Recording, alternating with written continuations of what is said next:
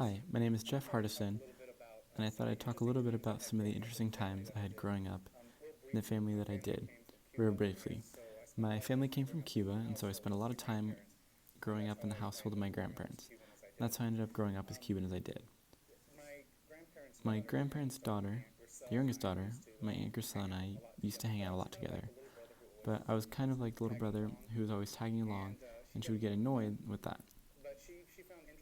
But she found interesting ways to remind me that sometimes I might not want to do that. There was this one time I can remember that she was going to stay up late with some friends of hers to watch a horror movie. And this particular horror movie was a werewolf movie. And I just pleaded and pleaded until finally she gave in and let me watch it with her and her friends. She was having a sleepover at the time. Well, when the movie was over, I went to sleep, and of course, I was a little kid at the time, wasn't much older than 8, and so I fell asleep.